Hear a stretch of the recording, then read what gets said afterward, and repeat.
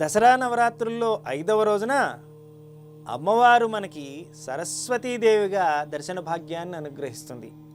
అమ్మని ఈ రోజున మనం సరస్వతీదేవి రూపంలో అలంకారంలో దర్శనం చేసుకోవచ్చు.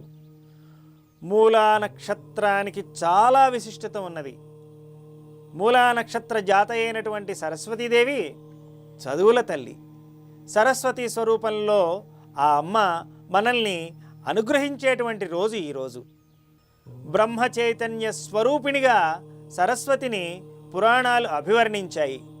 శ్వేత పద్మాన్ని ఆసనంగా అధిష్ఠించి వీణ, దండ, కమండలం, అక్షమాలను ధరించి అభయముద్రతో భక్తుల యొక్క అజ్ఞాన గాఢాంధకారాన్ని దూరం చేసేటువంటి మహనీయురాలైన తల్లి సరస్వతి.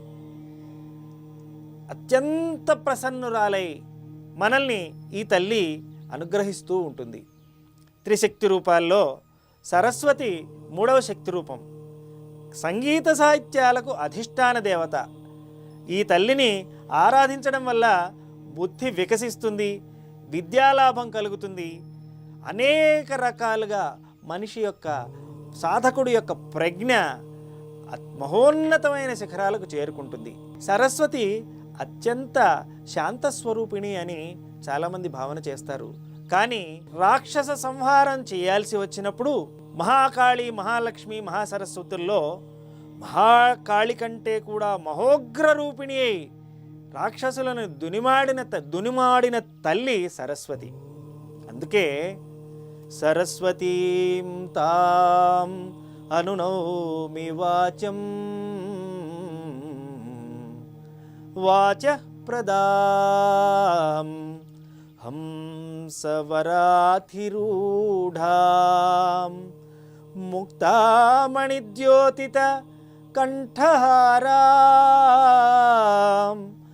భాగ్యైకలభ్యాం పరమాం పవిత్రాం అని ఆ అమ్మని సాధకులు అనవరతము మదిలో నిలుపుకొని ప్రార్థన చేస్తూ ఉంటారు.